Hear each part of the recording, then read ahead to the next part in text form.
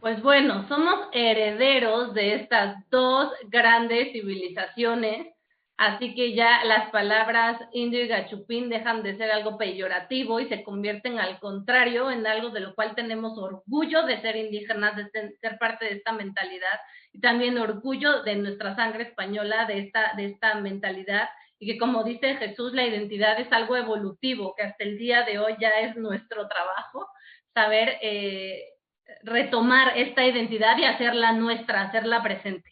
Bueno, pues regresamos con el encuentro de estos dos mundos y vamos a hablar de Moctezuma Xocoyotzin. Dice Hernando de Alvarado Tesosomoco.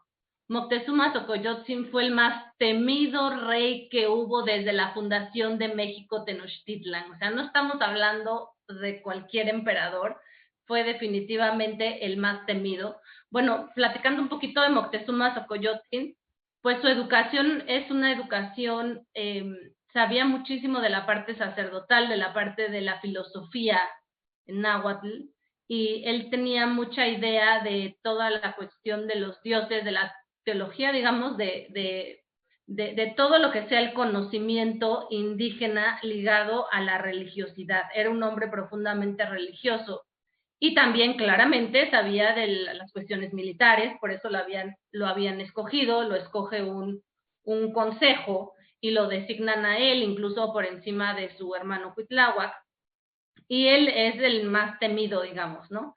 Es este emperador al cual tiene que caminar se me fue, plumas de quetzal, y no se le puede hablar directamente, no se le puede ver a los ojos, se tiene que hablar a través de un intérprete, digamos. Entonces tiene muchos rasgos de emperador, pues como tenía, era el imperio más importante, al menos hasta la caída, ¿no?, de México Tenochtitlan. Y también es importante mencionar que a él había llegado la leyenda de Quetzalcóatl y que también él, su religiosidad estaba orientada hacia Quetzalcóatl desde su nacimiento. Entonces, esta idea que había pasado a través de los siglos, los indígenas tenían una memoria auditiva increíble, porque era la forma en la que pasaban sus tradiciones y conocimientos. Entonces había llegado hasta él esta idea que el trono que él tenía era un trono, perdón, que era prestado y ese trono le pertenecía a Quetzalcóatl y algún día llegaría a tomarlo. Entonces, cuando los españoles desembarcan en Yucatán, esto también es importante mencionarlo, se encuentran con Jerónimo de Aguilar, que había sido un náufrago, un español que había naufragado en Yucatán y que aprendió maya. Entonces, había una traducción que era del español al maya, bueno, del castellano al maya. Y también está la Malinche, que era una noble náhuatl y que ella hablaba náhuatl y la habían regalado a los mayas. Entonces, ella hacía la traducción náhuatl maya. Entonces, sin Jerónimo de Aguilar, sin la Malinche, Hernán Cortés no hubiera podido conquistar absolutamente nada porque no se hubiera entendido, hubieran tardado años en aprender lo que era los diferentes idiomas que se hablaban en Mesoamérica. Entonces la traducción era Hernán Cortés hablaba español, Jerónimo de Aguilar hablaba español y maya, y la Malinche traducía del maya al náhuatl. Traducía no solo las palabras, sino toda la cosmovisión que existía dentro de la cultura indígena. Entonces, de esta forma fueron avanzando, repito que alrededor de entre 500 800 españoles, y realmente en la lucha de conquista, pues no son españoles contra indígenas, porque pues nunca hubieran podido, ¿no? 250,000 indígenas contra 800 españoles, pues realmente a pedradas, ¿no? Pero ahí hay una cuestión importante, que es que muchos de los pueblos alrededor de los aztecas no estaban muy contentos con ellos. Entonces, estos pueblos ven en los españoles, bueno, en los castellanos, digamos, la posibilidad de poder aliarse y tener mejores condiciones de vida que las que le daban los aztecas. Entonces, cuando hablamos de una conquista de españoles contra indígenas, pues sabemos que no es verdad, realmente no hubieran podido. Son alianzas que hacen los españoles, ¿no? Con los tlaxcaltecas principalmente, los otomís, algunos de Texcoco, y contra los aztecas, que es el imperio importante. Pero bueno, a lo mejor ni así hubieran podido, pero ¿qué sucede? Lo que sucede es que están esperando el regreso de Quetzalcóatl y esto llega a oídos de Hernán Cortés. Entonces, él se presenta, digamos, como este posible Quetzalcóatl. De todas maneras, Moctezuma Xocoyotzin, este temible emperador, dijo, no, a ver, vamos a probar que realmente sea Quetzalcóatl. Entonces, ¿cuáles son algunas de sus pruebas?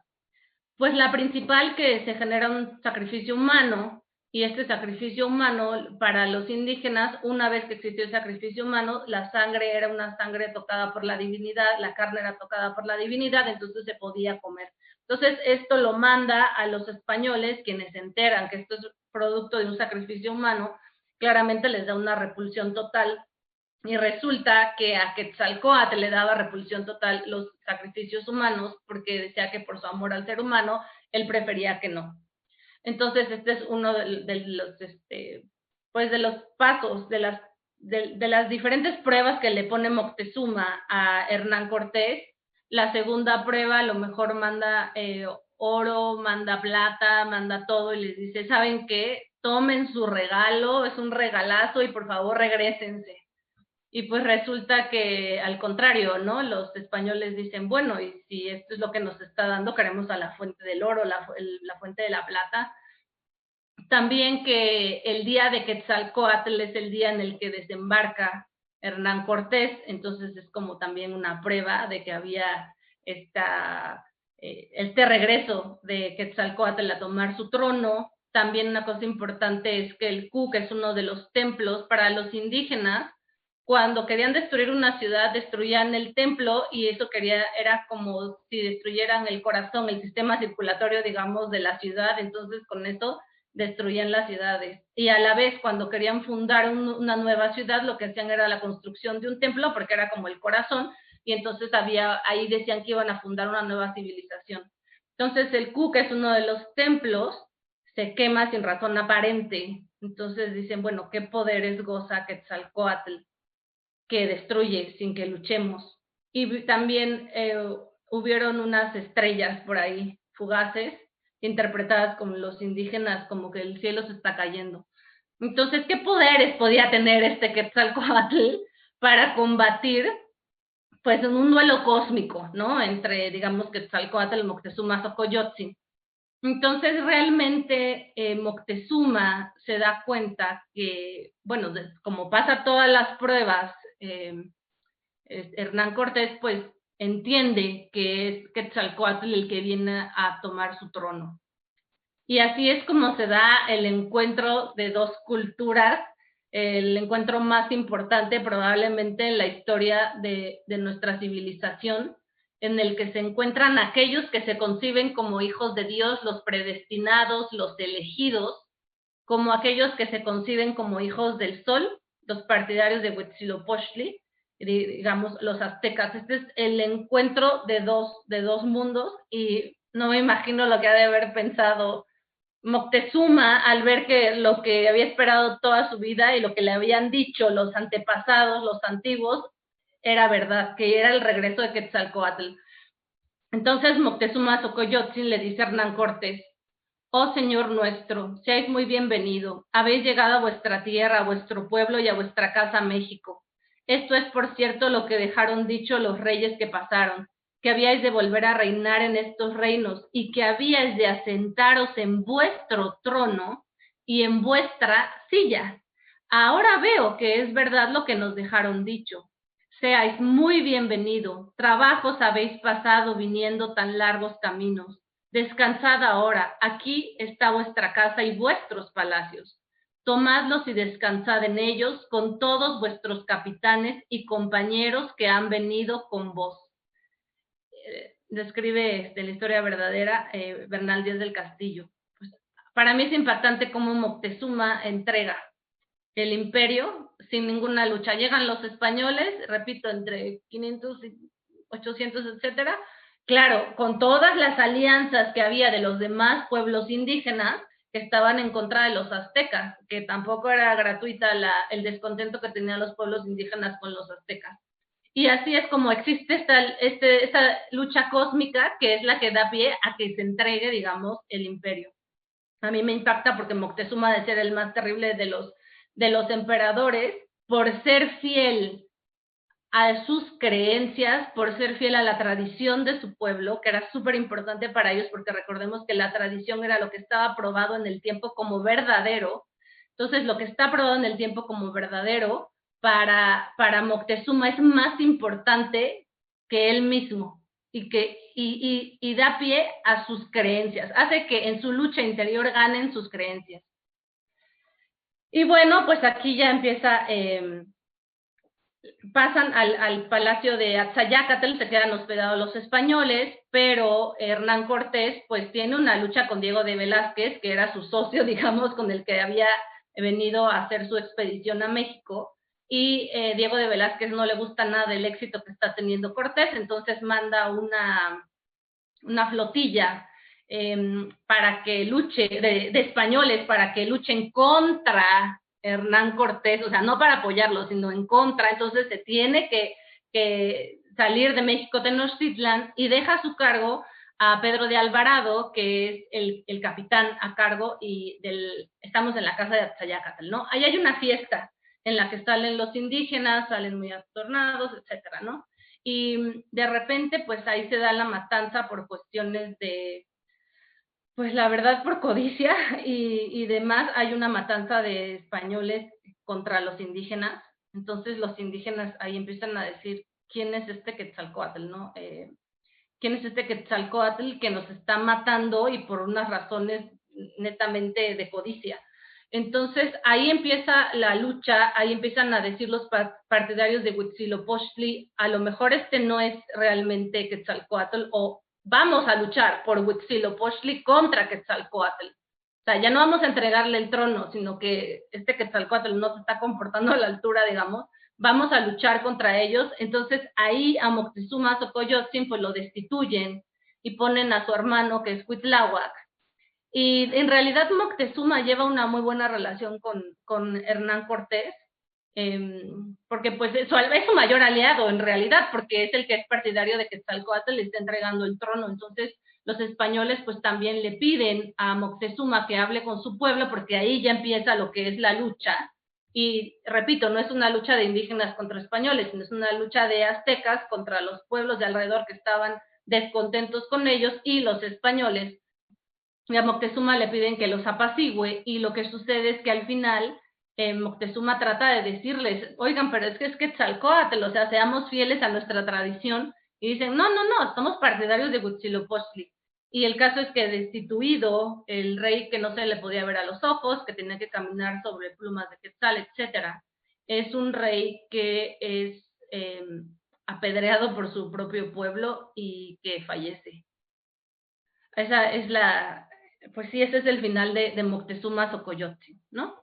Y bueno, entonces empieza lo que es verdaderamente pues la guerra, la conquista, ¿no? Quedaron aquellas acequias llenas de hombres muertos, de caballos y de indios y de indias que no tenían número.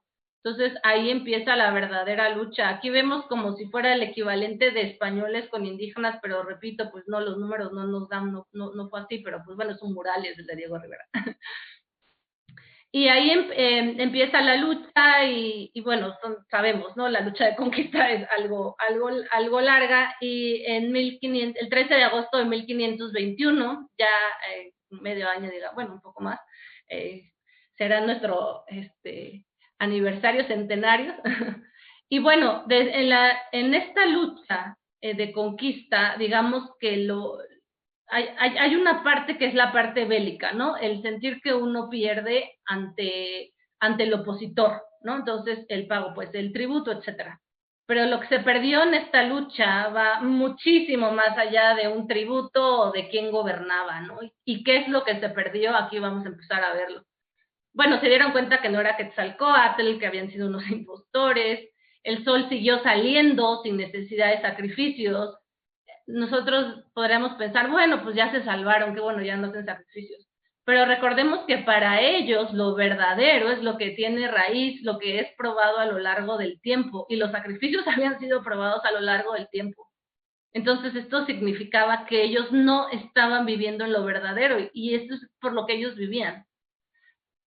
Luego hay un bautismo forzado. Recordemos esta idea de la reconquista de todo, en general, de todo lo que es Castilla-Aragón, digamos, el inicio de España, que ellos pasaron de la reconquista a la conquista. Entonces su idea es, bueno, salvémoslo, vamos a bautizarlos, y no importa que sea la fuerza, porque total van a ganar la vida eterna. De la vida eterna, que es infinita, a la de esta vida, que es muy pequeña, pues los vamos a bautizar.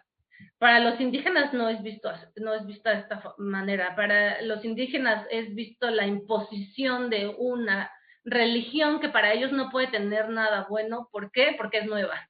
Y lo verdadero es lo que tiene raíz, lo que es probado a lo largo del tiempo.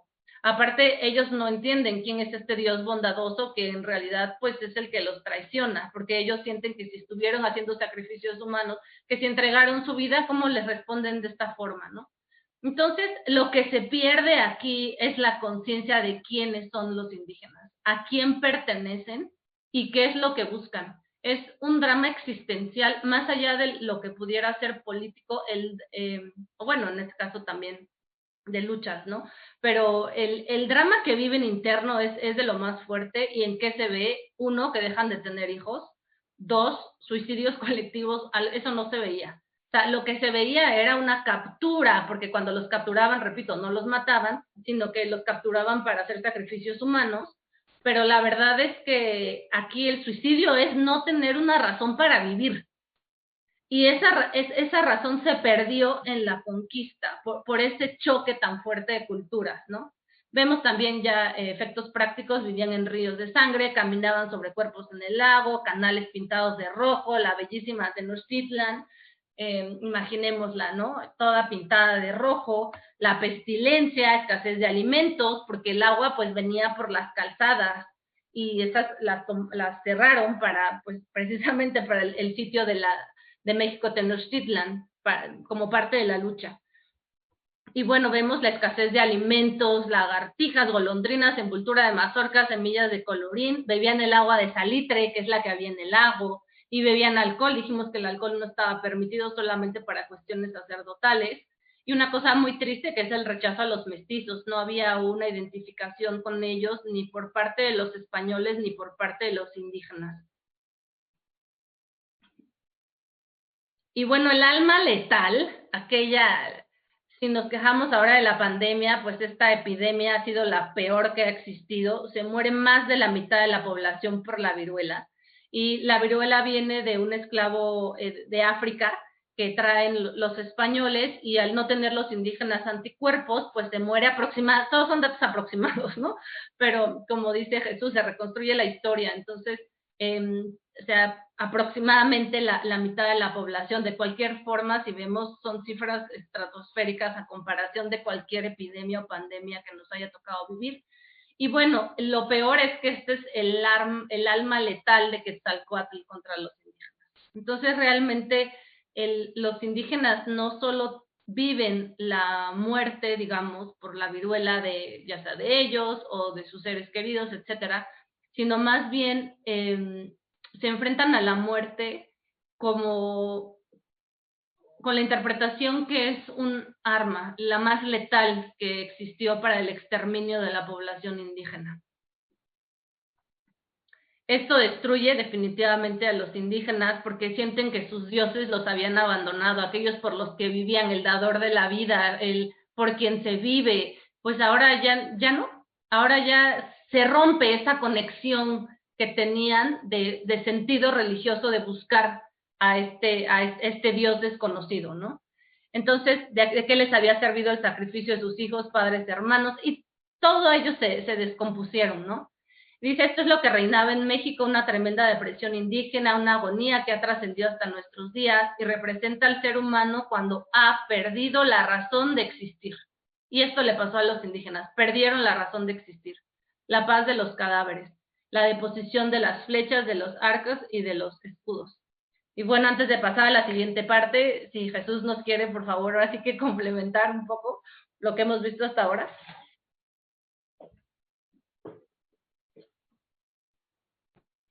La conquista igual, digamos, igual que todo, tiene que ser resumido en el poco espacio que tenemos y que, bueno, sigue siendo este mismo trauma con una serie de malos entendidos. En primer lugar, esto de que, primero que nada, la conquista no fue fácil, ¿no? Algunos piensan a posteriori que fue un juego de niños para Cortés y su expedición apoderarse de este imperio, pero no, tuvieron que hacer alianzas, fue necesaria cierta habilidad política, cierta malicia incluso, cierto maquiavelismo muy propio de la política europea, y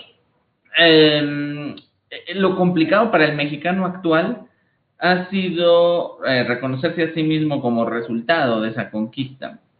No queremos aceptar que somos descendientes de unos y otros, y queremos tomar partido en este conflicto, en esta guerra. Por eso hay que volver a estudiar la conquista recordando el resultado que es la Nueva España, la raza mestiza, ese idioma que hablamos nosotros, esa nueva civilización que surge después de este choque, dentro del, bueno, de lo bueno que tenían ambas razas. A veces no se sabe reconocer esto fácilmente, como pero el resultado es horrible. Creo que lo mencionan, no sé, Klaus, si lo recuerdes, cómo lo menciona el padre Chávez, el padre Eduardo Chávez, pero el padre Guerrero lo plantea de una manera muy fea. Dice, es que imagínate, somos descendientes de unos conquistadores abusivos, ladrones de oro y de plata, traicioneros, violadores de India, bueno, de unos desgraciados. Y al mismo tiempo somos descendientes de unos indígenas tontos que se dejaron conquistar, que creían que venía Quetzalcóatl, supersticiosos, desorganizados, o sea, descendemos de nefastos y nefastos. Eso lo ponía así, lo planteaba así directo el padre Guerrero, y es que muchas veces el mexicano no sabe ver lo bueno. Es mucho más fácil ver lo malo y querer pelearnos con unos por bandidos y con otros por tontos, reclamar esto. Algo que también debemos recordar a nuestros fervientes indigenistas, que quieren ver la conquista como una cuestión de superioridades e inferioridades. ¿Quiénes eran los superiores? Ni los españoles ni los indígenas. O sea, cada civilización tenía sus fortalezas y debilidades. En el conflicto, los españoles tuvieron ciertas características que les permitieron destruir al imperio azteca y destruirlo como entidad política y militar, evidentemente. Pero eso no significa que los aztecas hayan sido tontos o débiles necesariamente. Por eso tenemos que acercarnos a esto, híjole, con una mirada muy objetiva, con cabeza fría, tranquilo, quítate tus ideas sobre unos y otros y trata de conocerlos como lo que eran, seres humanos, no figuras acartonadas de nuestra historia oficial que nos los pone a un pedestal y a otros en una cloaca. No, hay que deshacernos un poquito de esa caricaturización de los personajes históricos y del mismo hecho de la conquista para estudiarlo como algo hecho por seres humanos con virtudes, defectos, debilidades, fortalezas, vicios, manías, pero también virtudes, cuestiones positivas, aportaciones. Entonces, eso es también una tarea que estamos haciendo. Y creo que los que estudiamos el acontecimiento guadalupano, al reconocer a la Virgen de Guadalupe como la que une a ambas razas, la madre de todos los que en esta tierra estáis en uno, nos acercamos por un camino muy bonito a esa valoración de ambas razas. Y creo que es lo que ahora nos vas a mencionar a continuación, ¿verdad, Clau? Ahora sí vamos a hablar de Nuestra Señora de Guadalupe y de ese momento de unión